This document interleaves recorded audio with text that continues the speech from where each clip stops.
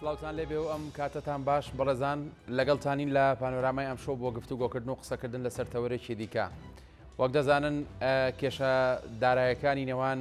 حکوومەتی هەرێم و حکوومەتی بەغدا تاکو ئێستا بە چارەسەر نەکرایی ماونەتەوە و دەکرێت بەڕای چاودێرانی سیاسی کە باس دەکەن لەوەی ئەو کێشە و گرفتە دارانی کە هەیە لە نێوان هەرێم و بەغدا دۆخێکی ناڕوونی دروست کردووە بۆ پێی کە بەغدا دەڵێت ئێمە هەموو ئامادەی یەکمان تێدایەوە نیازپاچی خۆمان سەلماندووە بۆ هەرێمی کوردستان و ئامادەین هەموو شایستە دارایەکان بۆ هەرێمی کوردستان بنێرین و بە پێچەوانەوە هەرێمی کوردستانیش دەڵێت ئێمە هەموو داتا و ژمارە و زانێرەکانمان خستۆتە ڕووەوە بەغدایە کە ڕۆژ بە ڕۆژ داواکاری تازە و مەرجی تازە بەسەر هەرێمی کوردستاندا لە سەپێنێکە بەداخەوە ئەم کێشە و گرفتە دارایانی کە لە نێوان هەرێم و بەغدا سەری هەڵداوە دۆخێکی دارایی قورس و زەحمەتی بۆ موچەخۆرانی هەرێمی کوردستان بە تایبەتی وە بۆ خەڵکی هەرێمی کوردستان بە گشتی دروست کردووە و هەموو سێکتەرەکان لە هەرێمی کوردستان چوونەتە دۆخێکی خراپ و کە ئێستا قسە دەکەین تاکو ئێستا دیار نییە کە کەی موچەی مانگی هەشتی فەرمانبەران دابەش دەکرێت و هەروەها ئەوەی کە دەمیرێت و باز دەکرێت مەترسی لەوە هەیە ئەگەرچی ڕێکەوتنێکی سەرەتایی کردووە ئەم چەند موچەی ئەم ساڵی فەرمانبەران دابش بکرێت لە سەرەتای ساڵی داهاتوە هەرێم و بەغدا جارێکی دیکە بکەونە جەدەل و گفتوگۆ بۆ ڕێکەوتنێکی نوێ سەبارەت بە موچەی فەرمانبەران بە تایبەتی کە دەوترێ پێویستە جیا بکرێتەوە لە کۆی دۆسێک چەق پەستۆکانی نێوان هەرێم و بەغدا هەموو ئەمانە کۆمەڵێک کێشە و گرفتن کە ڕەنگە پێویستیان بە قسە و شیکردنەوەی زیاتر هەبێەوە چی چاوەڕێ ئایندەی هەرێمی کوردستان دەکات لە ڕووی داراییەوە دەمەوێت گفتوگوۆیان بابەتە بکەم لەگەڵ هەرێک لە بەڕێزان کاک عەتا عەبدوڵڵا وەک چاودێری سیاسی لە ستۆدیۆ لەگەڵ کاک عەتا بەخێر بی سوپاس بۆ ئامادەبوونی جەنابێ هەروەها لە ستۆدیۆکانمان لە شاری هەولێر بەڕێز دکتۆر ئاراس عەبدوڵڵا ڕاوێژکاری یاسایی لەگەڵمان دەبێت جەنابیشە زۆر بەخێر بی سوپاس بۆ ئامادەبوونێ کاک عەتا سەرەتا دێمە لای جەنابەت دەکرێت پێم بڵێن بارودۆخە چەق بەستووە دارایی کە لە نێوان هەرێم و بەغدا دروست بووە هۆکارەکەی چییە؟ زۆر سپاس کاک سەرتیب سڵاو لە جەناب و لە بینەرانمان لە کورسات نیوز بەتەکید وەکو جەناب لە پێشەکەکە باستە ئاماژەت پێدا دوای ئەوی کە لە 12 حوزەیرانی ئەم ساڵ یاسای گشتی بودجەی عێراق کە بۆ 3 ساڵ پەسەندکرا لەلایەن پەرلەمانەوە دواتر لە حوتی ئابی هەمان ساڵ بعد واتە ئەم ساڵ لە وەقعەیەکی عێراقی بڵاو کرایەوە بەو پێش ئەبێ لە یەکی سەرەتای ساڵەوە واتە ساڵی 2023 بچێتە بواری جێبەجێکردنەوە بەڵام بەداخەوە ئەوەی کە ئەیبینین سەبارەت بە هەرێمی کوردستان دۆخەکە تقریبەن ئەگەر بڵین خراپتر نەبوو باشتر نەبوو یان هەروەک خۆیەتی بە چەقبەستووی ماوەتەوانێ جێگەی داخە هەرێمی کوردستان لە ساڵانی ڕابردووە لەسەر یاسای بودجەش بە خۆی کۆمەڵێک نیقاش و جەدەلی زۆری هێنایە پێشەوە کە هەندێک خاڵ و مەواد لەوانی کە بە دڵی هەرێمی کوردستان ئەکرێ بڵین نەنووسرانەوە یان لە ساڵحی هەرێمی کوردستان لە نەتیجە بڕیاری لێنەدایان ئەگەر دوایتریش تعدیل کران بەڵام هێشتا وەکو پێویست خەڵکی هەرێمی کوردستان سوودی لەم بودجە گشتەی عێراق وەرنەگرتووە کە بۆ 3 ساڵ خەمڵێنراوە و دەنگی لەسەرداوە لە پەرلەمان و بۆتە یاسا و لە وەقعی وەکو باسم کرد بڵاو کراوەتەوانێ یاسای بودجە جەناب تزانی یاسایەکی گشتیە کە بۆ هەموو خەڵکی عێراقی پەسەند کردووە بەڵام هەرێمی کوردستان تاکو ئێستا لەگەڵ ئەو بابەتی دەورەی کە جێڕاوێتی لە هەرێمی کوردستان بەداخەوە بۆتە هۆی ئەوەی کە نەهامەتی بێ بۆ هەرێمی کوردستان و دۆخێکی دارایی سەخت بە سەردانیشتوانی هەرێمی کوردستان بە تێکڕاوە موچەخۆران و فەرمانبەران و مامۆستایان بە شێوەیەکی تایبەتر ئەکرێ بڵین ئەم بارودۆخە سەختە زیاتر بەرجەستە بۆ لای ئەوان هەرێمی کوردستان وەکو لە ڕابردوو بینیمان کۆمەڵێک جار و کۆمەڵێک دانیشتنی لەگەڵ عێراق کردوە کۆمەڵێک ڕێکەوتنیشی کرد لە دوجار ئەوەی کە بینیمان تو تیمی حکوومەتی هەرێمی کوردستان تیمێکی مۆزاییکی فرەچەشن لە هەموو لایەنەکان چوونە بەغدا و ڕێکەوتنێک کرا لەسەر ئەو ڕێکەوتنەش ئەوەی کە هاتە ئاراوە دواتر بڕی ئەو 600 میلیارد دیناری کە لێ بەرهەم هات کە حکوومەتی عێراقی بە شێوەی قەرز و بە دووسێ دفعە هەموو مانگەی لە کاتی تەوسعکردنی موچەی خۆیان دابشکردنی موچەی خۆیان بۆ هەرێمی کوردستانی بنێرەوە بەداخەوە ئەم جاری ژێڵێم کە ئەم مانگە ئەوەشیان وەکو جەنابەت لە مقدمەکە باست کرد مانگی هێشتا ئێستا دیار نیە و چارەنووسی دیار نیەکەی دابەشەکرێ ئەم مانگە ئەوەش دواکەوتووە من پێم وایە ئەم دۆخە دارایی کە ئێستا هەیە و کە ڕەنگە بەداخی گرانەوە بڵێن لە داهاتوش بە جۆرێک لە جۆرەکان بەردەوامی هەبێ چەندی ڕەهەندی ئیداری و مالیە ئەوەندە ڕەهەندی سیاسی زیاتر بڵێن باڵی بەسەر دۆخەکەدا کێشاوە هەرێمی کوردستان ئەگەر کەم تەرخەمی هەبوو بێ لە کۆمەڵێک بابەتی وردبینی یان کۆمەڵێک بابەتی ڕوونی لە داهاتی خۆی بەداخەوە عراقیش بە جۆرێک لە جۆرەکان ئەکرێ بڵین وەکو پێویست لە بەرامبەر خەڵکی هەرێمی کوردستانیان لە بەرامبەر موچەخۆرانی هەرێمی کوردستان وەک پێویست ئامێزی نەگرتوتەوە نەهاتۆتە پێشەوە. دۆخەکە بە چەشنێکە ڕەنگە پێویستی جارێکی تر بەدانیشتن بێت، جارێکی تر بە ڕێکەوتن هەبێ ئەوەی کە هەیە لە هەفتەی ڕابردوو و هەردوو دیوانی چاودێری دارایی وردبینیان بۆ داهاتەکانی هەرێمی کوردستان کردووە بۆ ئەو لیستانە کردووە و جۆرێک لە ڕێکەوتنی شێو بڕیارە راپۆرتێکی هاوبەش بدرێتە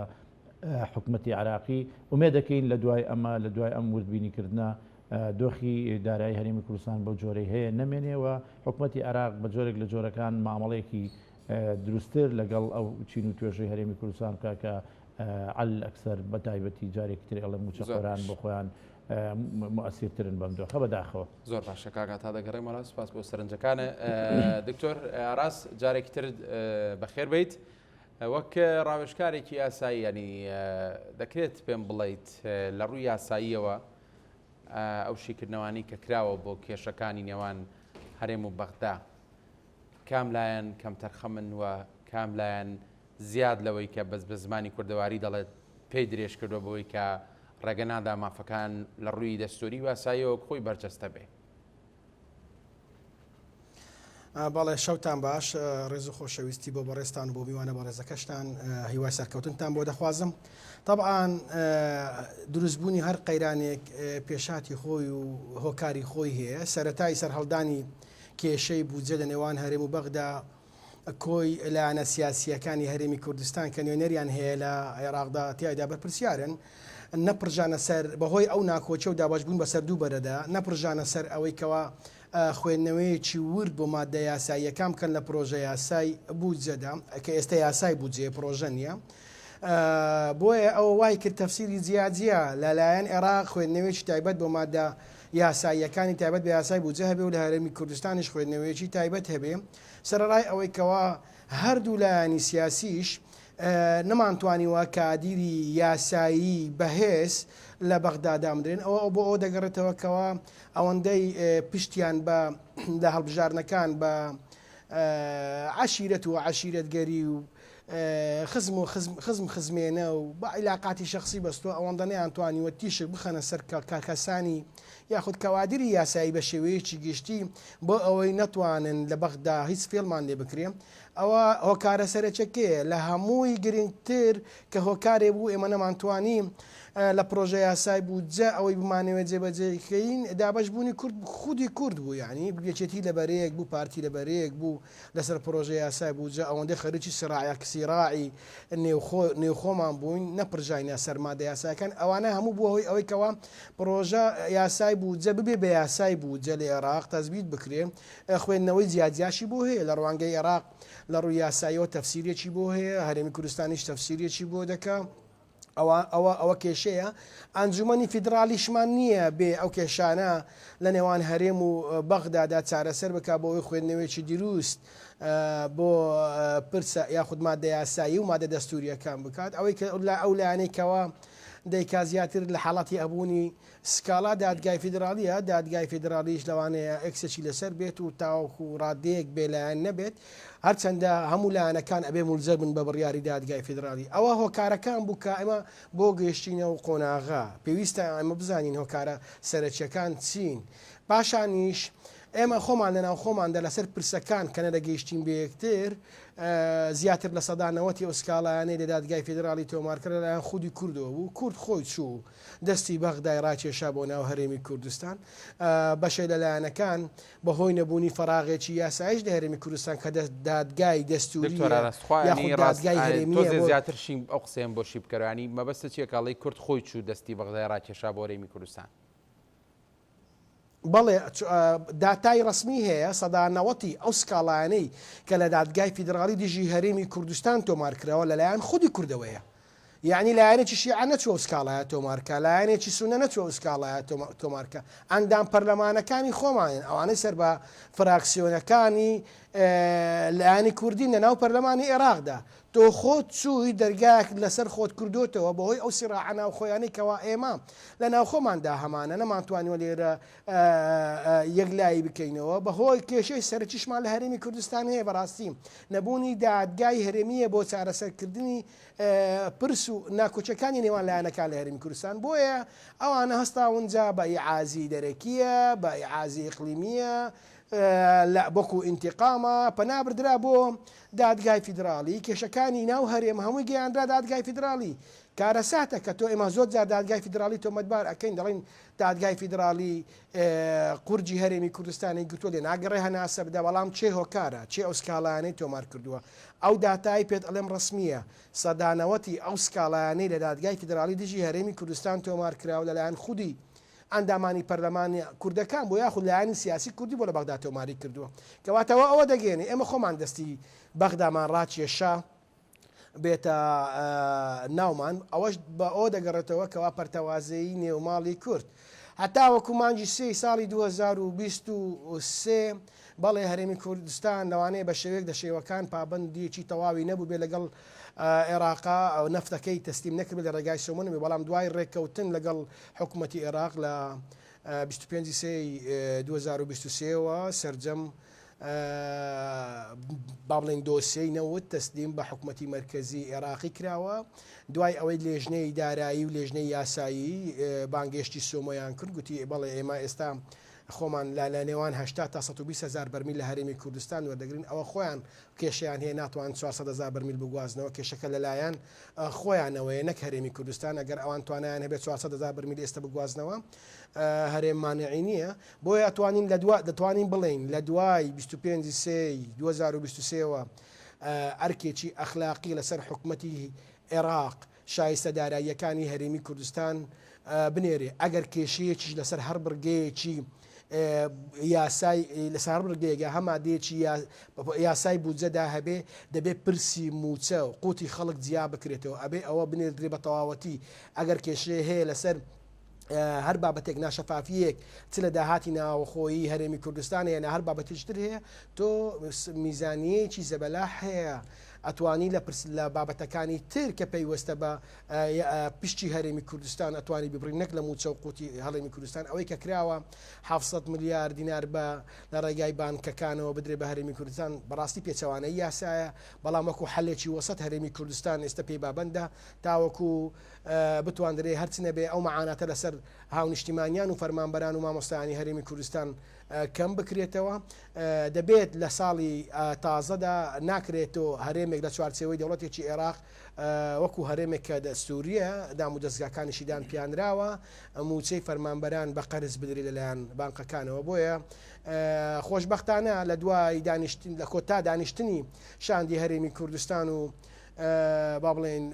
وەزیری هەرێمی کوردستان و دارایی هەرێمی کوردستان و وەزیری دارایی عێراق و ئەوشاندەیە کە لەگەڵیان بوونم لێک تێگەیشتێک هەیە ئەوەی کە ئێستا ماوە ئەوەی کە من زانیاریم هەیە لە هەفتەی داهاتوو لە سێشەم ئەو کێشانەیەک لای دەبێتەوە دیارە وەزیری دارایی عێراق داوای کردووە ئیستیجهادێکی بۆ خۆی کردووە دەڵێ من حیساب ختامی هەر بڕە قەرزێکم دەوێت بۆ نمونە 700 ملیارەکەی نردووە داوای میزانیە مراجعەکە پاکتاوکردنەکە خۆی لە یاسای بودجە و لە یاسای کاژێریدا خۆی پاکتاوی بودجە لە کۆتایی ساڵەکەی هەر 12 مانگ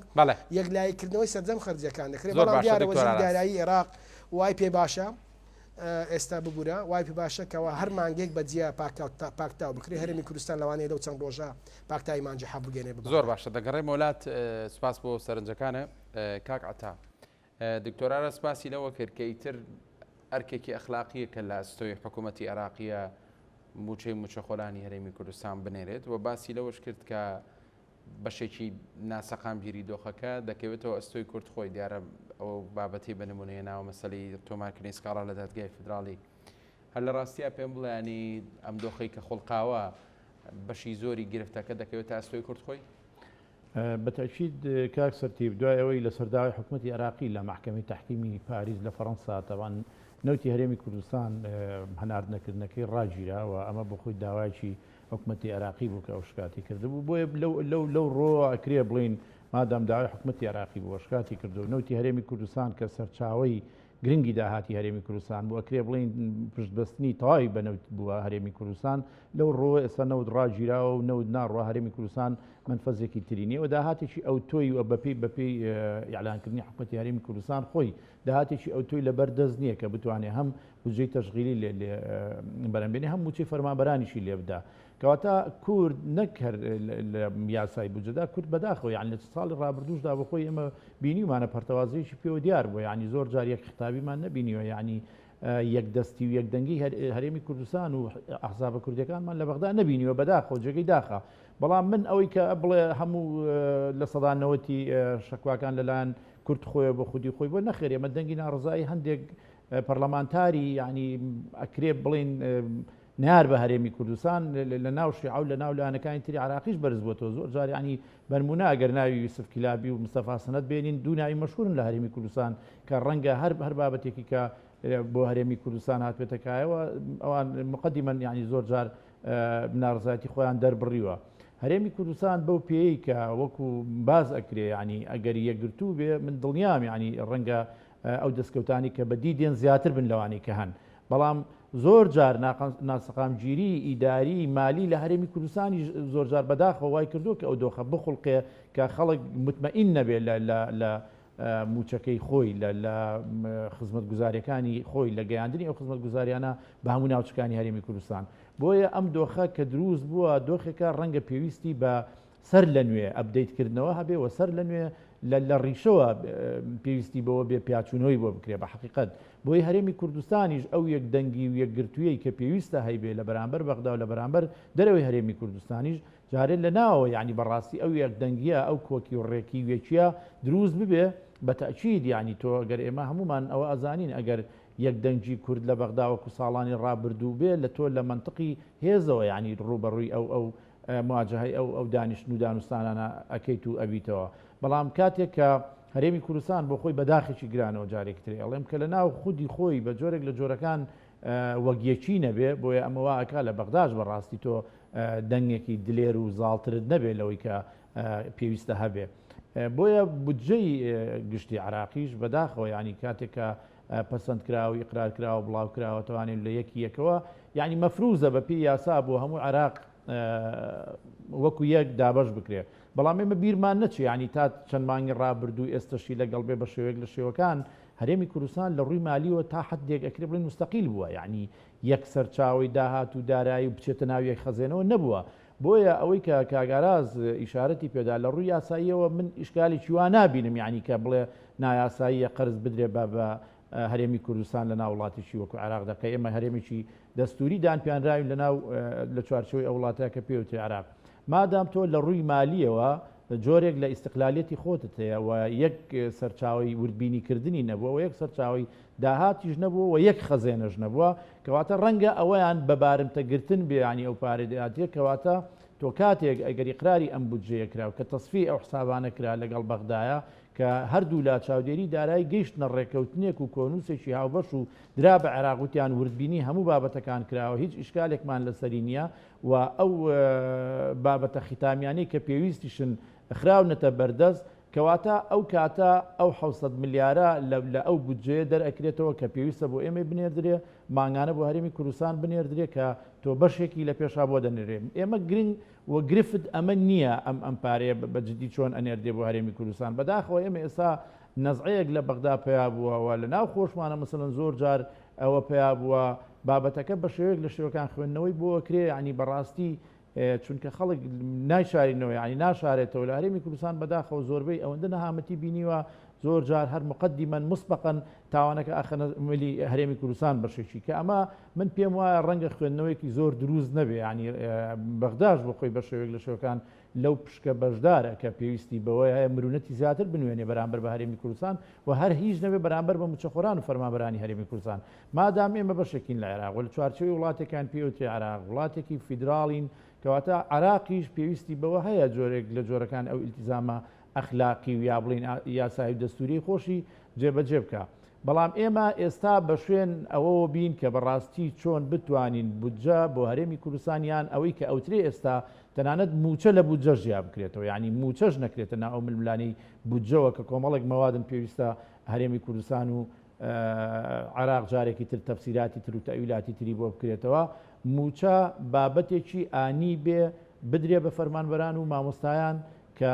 لەگەڵ عراق چۆن دابەشەکە لێرە دابەش بکرێ ئەم موچەیە کاتێک لە بوجە دەرەهێنرێ پێم وایە بابەتەکانی تری خەدەمی و بابەتەکانی تری سیادی و بابەتەکانی تری پێشمەرگە و ئەمانە ڕەنگە بکرێت دوای بەدانیشتنی تر چارەسەر بکرێ بەڵام ئەوەی کە ئێستا هەرێمی کوردستان بۆی پەرۆشە و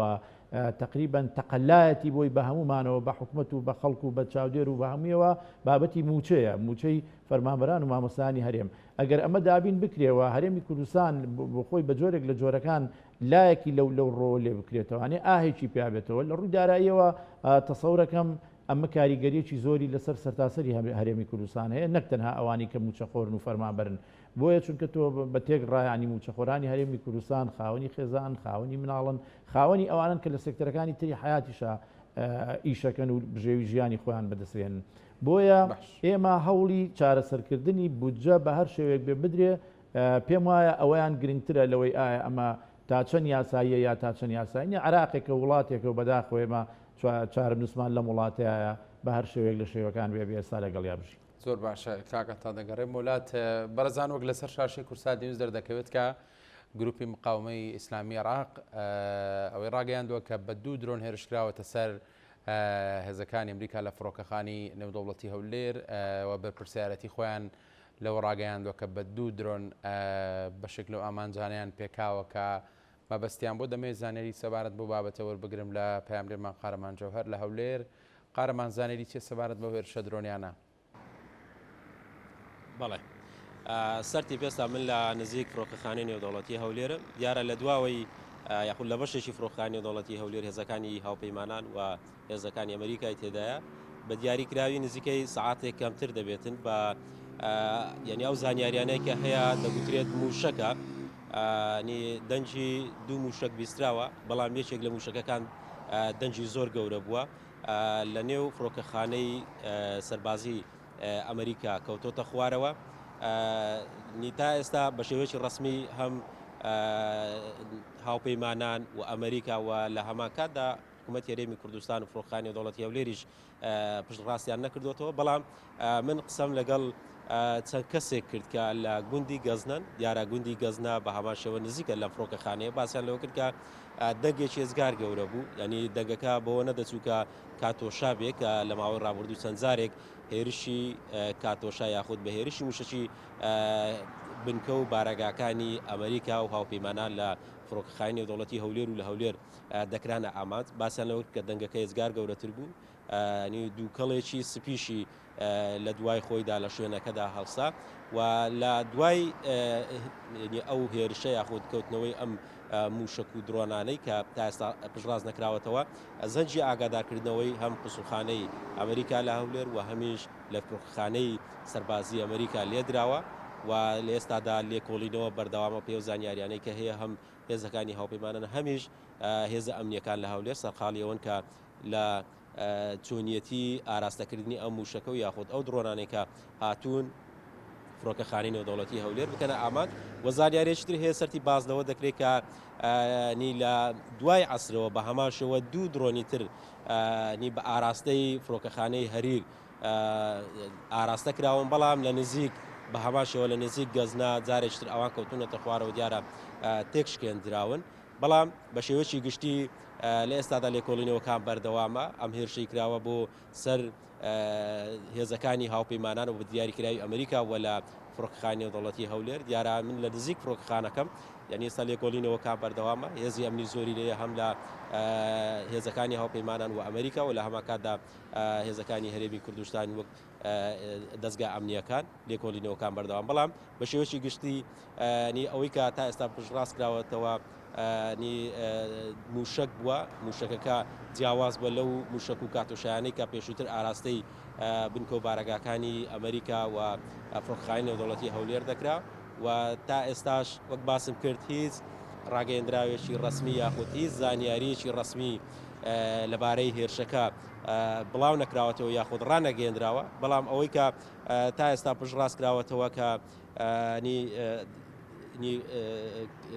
مقاومەی ئیسلامی لە عێراق دیارە بەرپسیارەتی خۆی لا هێرشەکە ڕاگەیاندووە کە لە ڕاگەندراوەکەیان داهاتووە بە درۆن یاخود چەند درۆنێک هێرشیان کردوتە سەر فڕۆکەخانی نێودەوڵەتی ئەولێر و چاوەڕوان دەکرێت لە داهاتوو زانیاری زیاتر بڵاو بکرێتەوە لە سپاس قارەمان هەوڵە دەین دواتر لە گەشتەکانی دیکەی هەواڵ زانانی زیاتر لەبارەوە بخێنەڕەوە.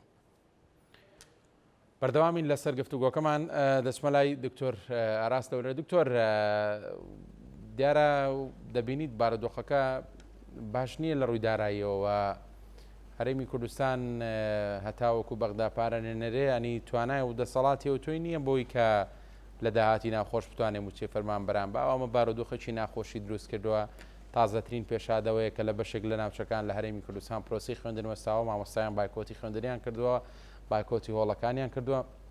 ئەگەر بەم جۆرە بەردەمان بێ ئەگەر چی دەنگ و باسێک هەیە لەوەی کە لە مەفتەیەدا ئەو بڕەپارەیە بگات بۆی موچەی مانگێکی دیکەی پێدا بەشکۆن بەڵام فەرمانبەران ئومێدێکی تویان پێی نیانی حکوومەت هەرێمی کوردستان دەرچەیەکی دیکەی هەیە هانای بۆ بەرێ.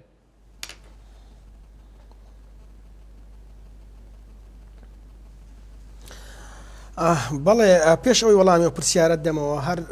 وەکو دڵنیایەک بۆ کاگعتا ئەتوانێت سەردانی داتاکانی دادگای فیدرالی عێراق بکات و لەوە دڵنیا بێتەوە کە سەدانەوەتی سکاڵەکان لەلایەن خودی کوردەوە بووە. ئەو مستەفا سەنەدو ئەو ناوانەی کە هێنای لە سەدادەیەکێ بەڵێ ئەوە عەرەب کەمینە لە سکاڵاکان کورد زیاتر ئەوڕۆ لە ناو دادگای فیدرالی لە ناو سایتی دادگای فیدرالی سکاڵاکان و چێش تۆماری کردووە ناوەکانی خۆ لە تەنیش دیارە یعنی ئەوە داتایە قسەی هیچ کەسێک نییە. ئەوە لەلایەکی ترەوە ئەو دەربارەی ئەو پرسیارە هەم سەرۆک وەزیرانی عێراق سوودانی دڵنیاییدایەکەوە ڕێک تێگەیشتنی باش لەگەڵ هەرێمی کوردستان هەیە هەم تەیب سامیش لە سایتی وەزارەتی دارایی ئاماژەی بەوە کردێکەوە لێک تێگەیشتنی باش لەگەڵ هەرێمی کوردستان هەیە تەنیا داوای پاکتاوی ئەو 700 ملیارەمان کردو کە بۆ مانجێ حەف ناردراوە پاکتاویش دەتوانرێت لە خلالی هەفتەیەک چارە سەر بکرێ. من لەو قەناعەتە نیم حکوومەتی عێراق لەسەر ئەو نەهجە بەردەوامی بەرامبەر بە هەرێمی کوردستان چونکە هەمومان دەزانین عێراق وڵاتێکی کۆنتترۆل کراوە زۆر جاران کاریگەری وڵاتانی ئیقلیمی لەسەر بڕیار و ڕاستپاردەکانی حکوومەتی عێراقی و لایەنە سیاسەکانی عێراقی هەیە بەتایبەتی ئەوانەیەکەوە ئەگەر لە حکوومەتیش نەبن لەسەر لە ئەرزی و واقعدا دەوڵەتی عەمیقان کاریگەریان لەسەر بڕیارەکانی حکوومەتی عێراقیشەیە بۆیە من وای دەبینم التزام بە ناردنی ئەو 700 ملیارێکەوە ماوە بۆ مانجی هەشت و بۆ مانجی نۆ بنێردرێت چونکە چەند هۆکارێکی تر هەیە ئەبێ حکوومەتی عێراقیش ئاگای لێیە ئەو لێک تێگەیشتێکەوە یاخود ئەو ڕێککەوتنێکەوە لە نێوان عێراق و لە نێوان تورکیا کراوە لە ساڵی 2010 لە مانجینۆ بۆ ینی با بڵێن ڕێککەوتنەکە بۆ ماوەی 15 ساڵە لە مانجی نۆی ساڵی 2025 کۆتایی دێ ئەو کاتە مەوزوعی سکاڵا و دادگا لەوانەیە لەسەر ئەو ئیتفاقا هێز و قوتێکی یاسایی نامێنێ. عێراقیش ئەزانێت لە پاش 2025 لە پاش مانجینەوەی 2025ەوە هیچ شتێ نامێنێ هیچ دەستگایەک نامێنێت سکاڵا لەسەر تورکیا بکات و بەکارهێنانی هێز یاخود ئابلوقا یاخود سزای زیرەکی ئابووری بەرامبەر بە هەرێمی کوردستانیش لەلایەن حکوومەتی عێراقەوە ئەگەر بەردەوام بێ ئەو کاتە لەوانەیە تۆ شەرعیەتێک بدەی بە هەرێمی کوردستان بەبێ گەڕانەوە بۆ عێراق دووبارە دەست بە فرۆشتنەوەی نەوتی خۆی بکات جا لە ڕێگای بۆڕینە بێ لە ڕێگای تەنکەر بە هەر ڕێگایەک بێ ئەتوانێت ئەو بکاتەوە کە تۆ ناچارت کرد هەموو دەرگاکان لەسەر داخست دەستور کاری نەکرد پرۆژە یاسا کاری نەکرد تۆ کە هەموو دەرگاکانت داخست بۆیە هەرێم لەوانەیە ڕەتفعلی هەبێ ئەوە نە لە مەسلحەتی عێراق نە لە مەسلحەتی هەرێمی کوردستانیشە. خطابی هەرێمی کوردستان ئێستا ئەوەیەکەوە تاکە دەرگا بۆ چارەسەرکردنی کێشەکان ڕوو لە عێراقە کە لە ڕوو لە عێراقا لەو کاتەوەی لەو تاریخەوەی ئەمن هەرکە باسشم کرد لە پاش 25 و خصوصا لە پاش 15 کە سۆمۆ نەوتی هەرێمی کوردستانی وەگرت بەڵێ عێراق بەرپرسیارە لە پێدانی موچە و بودجێ هەرێمی کوردستان ئەگەر کێشەش هەیە ناکرێ موچەی خەڵک بخێ ناو معادلەیەکی سیاسی و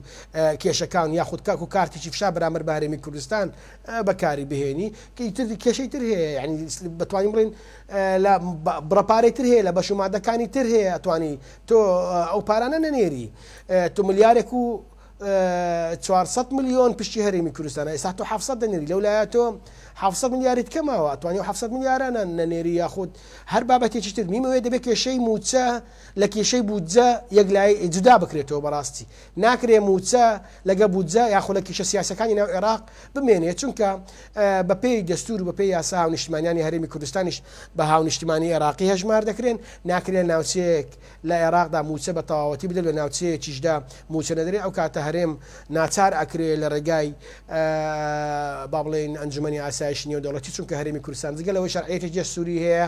لەسەر ئاستی عێراق شەرعیەتێکی نێودەوڵەتیشی هەیە بڕیاری ئەنجومەنی ئاسایشی نێودەوڵەتی هەیە جگە دەتوانێت لە ژێر مادەی برسیکردنی خەڵکی هەرێمی کوردستان کە چێتە چارچەوەی پێشێرکردنی مافی مرۆڤەوە سکالاتۆ مارکە لە ڕێگای دادگایەکی نێودەوڵەتر سکالاتۆ مارکە ئەومانە نەکرێ باشە چونکە لەوانەیە دوور و درێژ بیت و نەوارە دۆخی هەرێمی کوردستان نەوەزعی هاونیشتیمانیانی هەرێمی کوردستان ئەوە دەخوازێ نە عێراقیش لەو قەناعەتم لە حاڵی ئێستادا ئەوەی بووە چونکە ناوچەکە بە خۆت وا دەزانی دەخڵێ ئەوە لەسەر کلاڵەکەتانەوە هەواڵی بەپەلە هەیە لەسەر هێرشکردنی چەند گروپێک بۆ سەرهێزەکانی هاوپەیمانان لە هەرێمی کوردستان بارودۆخی دۆژەڵاتی ناوەڕاست ڕوو لە گۆڕانکاریە ئەو ڕوو لە گۆڕانکاریە ئایا لە بەرژەوەندی هەرێمی کوردستان دەبێت لە بەرژەوەندی هەرێمی کوردستان دەبێت ئەوە نازانین بۆیە بێ پارت و لایەنە سیاسەکانی هەرێمی کوردستان ئامادە بن یەکگرتو بوون بۆ هەر ئەگەرێک لە ئایندەدا لەسەر ئاستی عێراقیش ڕوویدا لەسەر ئاستی ناوچەکەش ڕوودا بتوانن ئەگەر هەرچنە بێچنە بێ عضعف الئیمان پێگەی هەرێمی کوردستان وەکو ئێستش بێ بپارێزن جا بۆیە ئەمن لەو خوێندنەوەی من وایە عێراقیش لە معادلە نێودەوڵەتەکە تێگەیشتووە لە ناوچەکەدا بۆیە ئەبینین ئەویش ڕوئیای بەرەو چارەسەرکردنی کێشەکانە هەموو تاریس سەرۆکی حکوومەتی عێراق سوودانی هەم بەیاننامەکەی طیف سامی ئەوە دەگەێنێکەوە لە هەفتەی داهاتوو لە سێشەمبە بەولاوە 700 میلیارەکەی تر بنێرن زۆر باشە دەگەڕێ وڵات دکتۆر ئاراس کاک عتا بەو قسانی کە دکتۆر ئاراس باسی کردیانی ڕەنگە بەری ئەم تنگانەی کورد بێ لەگەڵ بەغداوە دەرچەکان لە بەرژەوەندی هەرێمی کوردستان لە ساڵی داهاتوو دوای کۆتایەت نێوەڕێکەوتنە 15 ساڵێ پێت وایانی ئەگەر بارودۆخەکە بەم چشنەی ئێستش بەردەوام بێت لە ساڵی داهاتوودا هەرێمی کوردستان دەتوانێت جارێکی تر بە بەهێزیەوە بگەڕێتەوە سەرمێزی گفتوگۆ لەگەڵ بەغدا وڵا ئەمە ئیشاڵات تەمەنایەوە ئێمەش ئەو تەمەنایەمان هەیە ئومێ دەکەین هەرێمی کوردستان پێگەی لە ئێستا بەهێزتر بێەوە بەهێزەوە لەگەڵ بەغدا قسە بکە بەڵام بەڕاستی من پێم وایە ئەوەی کە هەرێمی کوردستان ئەتوانێت نەود هەنار دەبکاتەوە خۆ هەرێمی کوردستان بۆ خۆی بێ لە ڕێگەی وڵاتێکەوە هەنار دەبکاتەوە بۆ خۆتە ئازانی بەشێک لە ڕاوەستان و درێژە کێشانی هەناردەکردنەوەی نەوەی تورکیا بۆ خۆیەتی واتە تورکیا وڵاتی تورکیا تۆ بە بەندەری جیهانە ڕەوانەیەکەی تو بەندەری جیهانیش ئێستا تورکیا بۆ خۆی ڕێگە نادا بڕۆکەوەتا ینی منفەزی هەرێمی کوردستان ئاسان نییە حقیقت خۆگەر ئەگەر دادگای پاریس دادگای تحکیمی پاریس ئەم بڕیارەی دا ئەگەر تورکیا بیزانایە بەڕاستی ناچێتە ژێر غەرامات و ئەوانەوە ڕەنگە نەیوەستانە عراقیش ڕەنگە لە ڕووی هێز و قووەتەوە نەیتوانیا ڕاگرێت بەڵام کاتێک کە وڵاتێکی وەکو تورکیا تۆ مامەڵە لەگەڵ عراقاکە و بگوێی ئەم دادگایەکە هەرێمی کوردستان ئەو کاتە بەڕاستی ئەبێ بیر لەو بکەیتەوە چۆن ئەم نەوتە ئەنێرێ ئەگەر منفەزێکە بێ وڵات تەمە ناکەن ینی هەرێمی کوردستان بتوانێت لەسەر پێی خۆی ڕاوەستێ و موچەی خەڵکی هەرێمی کوردستانی پێ بدرێ و تووشی ئەو گرفتە نەبێت و پێویستیشمان بە بەغانەبێ ینی حقیقت ڕەنگە ئەمە داخوازی زۆربەی زۆری خەڵکی هەرێمی کوردستان بێ و ئەوەی کە لە ساڵی ئایندا ئەکرێت تەمان حکوومەتی عراقیش بەڕاستی ئەگەر نزعەیەکی شۆڤینیش لە بەغدا هەبێ ئەگەر لە ڕووی سیاسیشەوە بۆ دۆسیەکەەوە بۆ دۆخەکە بڕوانێ من پێم وایە لە عراقیش ئەبێ بای ئەوەندە خەڵکی بێوجدان هەبێت کە هەرێمی کوردستانیش خەڵکێکە و هەرێمیشی دەستوریە لە چوارچێوی عراقا پێوتری هەرێمی کوردستان ناکرێ هەر بەو شێوەی بەردەوام بێ بەڵام ئەمەی کە هەیە ئێستا بەڕاستی ئەگەر تۆ بڵێ مووقیفی هەرێمی کوردستان لە لاوازیە بەڵێ لە لاوازیە یعنی لە ڕووی عسکەریەوە لە ڕووی ئیداریەوە و لە ڕووی یەکگرتوویەوە جارێکتیش باسکن لە ڕووی یەکگرتووی خیتابیشەوە هەرێمی کوردستان بەداخەوە ئەو لاوازیە نقطەی زۆفی بووە کە دراوەتە دەست بەغا بەغدا توانیوێتی زەفەر بابەتانە بێنەوە دواتریش لە ڕۆی یاساییەکەوە لە زۆر ڕۆ ئەو بردوێتی و دادگای فیدراڵی هەمیشە یعنی وەکو چەکێک بەدەستیەوە بوو ئەوانەی کە بینیمانە بۆی چۆتە سەر ینی تۆ بێچێک لەو بڕیارە هەرە گەورانی هەڵۆشانەوەی پەرلەمانی هەرێمی کوردستان بوو ینی پەرلەمانی لە کار خست و هەرکەس چۆ ماڵی خۆی ینی بەڕاستی کەواتە عێراق ئێستا وڵاتێکە ڕاستە و ڕەپانێکە جێی تەراتێنی سیاسەتی وڵاتانی دەوروبەر و دنیاە بەڵام لە هەمان کاتشا عێراق وڵاتێکە یعنی ئێستا ئەو بودجەی کە ئەو پەسەندی کردووە 198 تریلیۆن دینارە یعنی بەڕاستی هەرچەنە ئەوش بخۆی ساڵانە 64 تریلیۆن عیزی هەیە بەڵام پشت بە داهاتی نەوتە بەستێ لە کاتێکە ئەگەر بەرمیلە نەوت بە 70 دلار بێەوە نرخی دلاریش بە 130,000 دینار بێ اینجا ئەو بجێ ئەو خەمڵاندووە ئەگەر ئەو عیزەشی هەبێ ینی پشت بەوە ئەبەستێ کە لە ڕێی قەرزی نێودەوڵەتی و لە ڕێی هاوکاری نێودەوڵەتەکانەوە ئەو عیزە پڕکاتەوە بۆیە وڵات عراق وڵاتێکە ینی وڵاتانی تری دنیا تعاملیەکەن و لەگەڵ هەرێمی کوردستان تا ئێستشی لەگەڵ بێ لە ڕووی نێودەوڵەتیەوە و لە ڕێگەی پێگەی نێودەوڵەتی و وڵاتانی دنیاوە پێگەی عراق ناکرێ بڵین لە بەرامبەر هەرێمی کوردستانە زۆر بێهێزە ڕاستە وڵاتێکە ئەگەر بڵین خاوەن سیادەیەکی متەکامل نییە لە ڕووی سەروەری خاکەوە لە ڕووی سەروەری دەسەڵاتەوە بۆ خۆمان بازانانی حکومەتانی کە لە ڕابردوش پێکهاتون و ڕەنگە لە داهاتوش ئەبێ ئۆکەی ئەم لاوەڕاستیانی کاگە تاگەر سەیری بار و دۆخ و گوزەرانی خەڵکەی لە باشتر و ناوەڕاستی عێراق لەگەڵ هەرێمی کوردستانەنی بۆ هەموو کێشە و گرفتانی کە جەنابەت باسی دەکەی تا ڕادێک خەڵک خۆشگوزەرانە لەوێ ینی ڕەنگە سێکتەری خزمەتگوزاری ئەمانەکەمە گرفتی هەبێ بەڵام ینی لە ڕووی موچەوە دایانبینی کە ژیان و گوزەرانی زۆر لە خەڵکی کوردستان باشترە عێراق لە شارەکانی ناوەڕاست خوار و لە ڕووی خزمەتگوزاریەوە ڕەنگە لە دوابن لە پێش نین بەڵام لە ڕووی موچەوە ئەوە گرفتیان نیانی ئێستا لە دوێنێ بڕیاردراوە ینی موچەی خانشینان نیسبەتێک زیاد بکرێەوە دەرماڵی مۆزەفینیش نیسبەتی لە 150 بۆیان زیاد بکرێت کەواتە عێراق لە ڕووی موچەوە ئەو بجێ تەشغیلی کە بەکاری ئەهێنێ توانیوێتی ینی هەریج نەبێت گرفتی موچە و شتی ئەوەی نەبێت بەڵام هەرێمی کوردستان بەداخەوە مادەم تۆ چاول لە دەستی عێراقی ئێستا کەواتە پێویست بۆی لەگەڵ عێراق ڕێکەوی ئەم ڕێکەوتنە چۆن ئەەکەی بۆی تۆ لەم قۆناغە سەختەی ژیانی خەڵک بگوازیتەوە بە خۆراقێکی کەمێک لەمە باشتر بەجددی پێویست بەوەیە هەرێمی کوردستان هەروەکو چۆن ئێستا لە ڕابردووە ئەم فترەی ڕابردووە هەرێمی کوردستان ڕەنگە بە پەرۆشەوە بەرەو پیری بەغدا چووە بۆ چارەسەرکردنی کێشانە بەڵام پێویستی بەوەیە بە شێوەیەکی ئەکرێ بڵین ئەکتیڤانەتەر ینی وە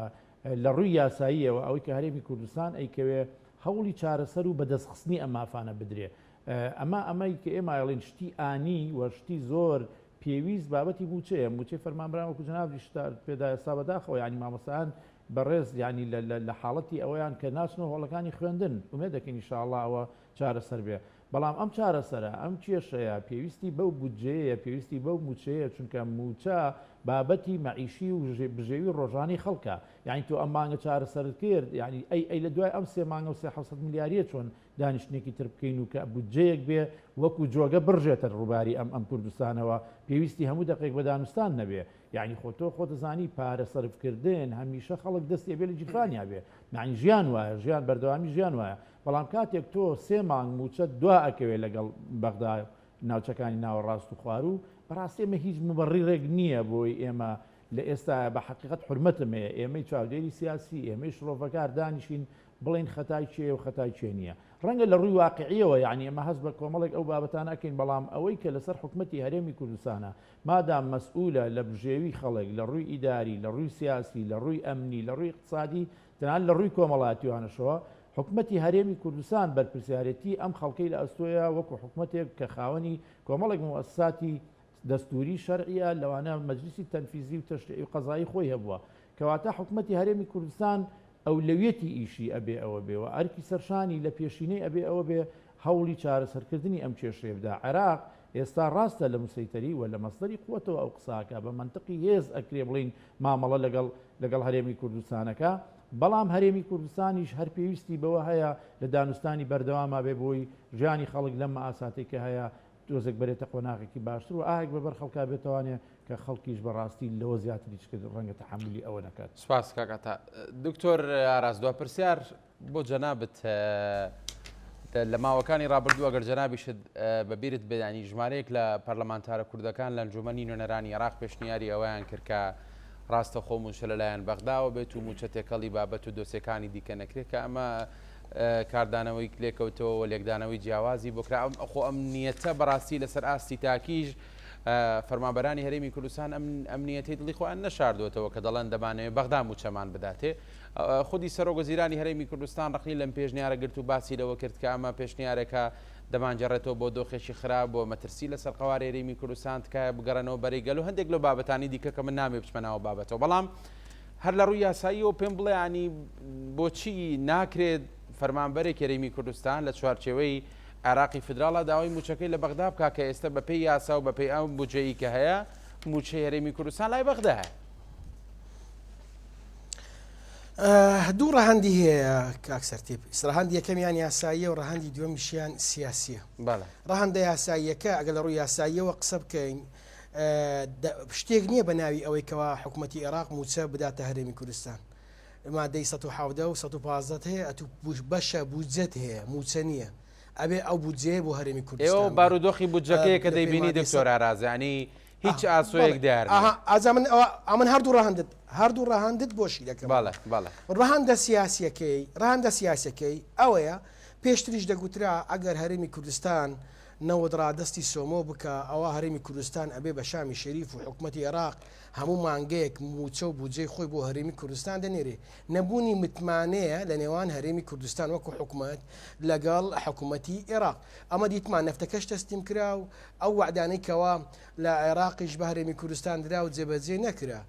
پرۆژه یاسای بودجەش پەسەند کرا بوو بە یاسا بە هەمان شێوە کێشە بۆ پرسی بودجەی هەرێمی کوردستان دروست کرا. بۆیە لە ڕووی یاساییەوە نه ئەبێ بودجەکە بۆ هەرێمی کوردستان بێ هەرێمی کوردستان خۆی ئەو بودجەیە دابش بەسەر دام و دەستگاکان و تەشغیلی و موچە و ئەوانە بکات پاشان یەکلایی بکرێتەوە. لە ڕووی سیاسیەکەشەوە نەبوونی متمانەیە لە نێوان حکوومەتی هەرێمی کوردستان و حکوومەتی عێراق قسبینێت تۆ ئەگەر موچەکەش کەتە سە عێراق خۆی چێ فیزەکارتەکە ئەو کاتە با بڵێن ئەو موچەی هەرێمی کوردستان کە بەناوی پارێزگاکانی هەرێمی کوردستانە بێ کاران نەکرایە خۆت سفری تێدا بوو هەر بە هۆی کێشەی سیاسیەوە چی. ینی بەداخەوە ئێمە زۆر جار لایەنە سیاسەکانی کوردستان تووشی مزایادەی سیاسی ئەبین بەسەر یەکتریەوە. ئەو مزایادە سیاسی ماڵی کوردی وێران کردووە. نەتیجەکەش زەریبەکەش چێ دەیدا هاونیشتیمانیانی هەرێمی کوردستان.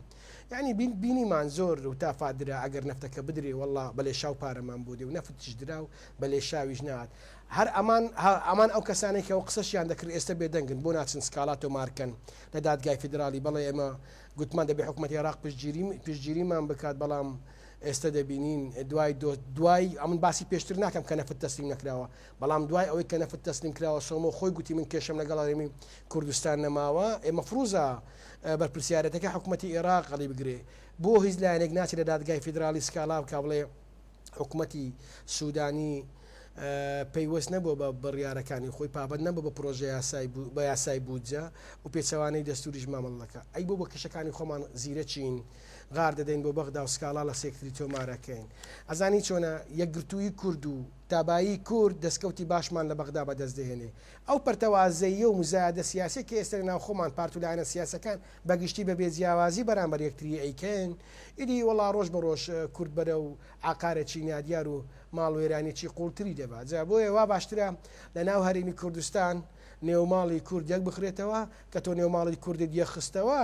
لە بەغدا تۆتوانی زۆر شت بەدەست بهێنی. هەتا ئەو پەرتەوازەیە هەبێ لەوانەیە ئەو کارتە فشارانە بەرامبەر بە هەرێمی کوردستان بەکار بهێنرێتەوە. سپاس بۆ بەڕێز دکتۆر ئاراس عەبدوڵڵا ڕاوێژکاری یاسایی ڕاستەوخۆ لە شاری هەولێر لەگەڵمان بووی. سپاس بۆ سەرنجەکانی تۆ. سپاس کاک ئاتا عەبدوڵڵا چاودێری سیاسی لە ستۆدیۆ لەگەڵمان بووی. سپاس بۆ جەنابیشە. بەڕێزان پانۆراماتان پێشکەش کرا. سپاس بۆ ئێوەش کە تاکو ئێستا بینەرمان بۆ.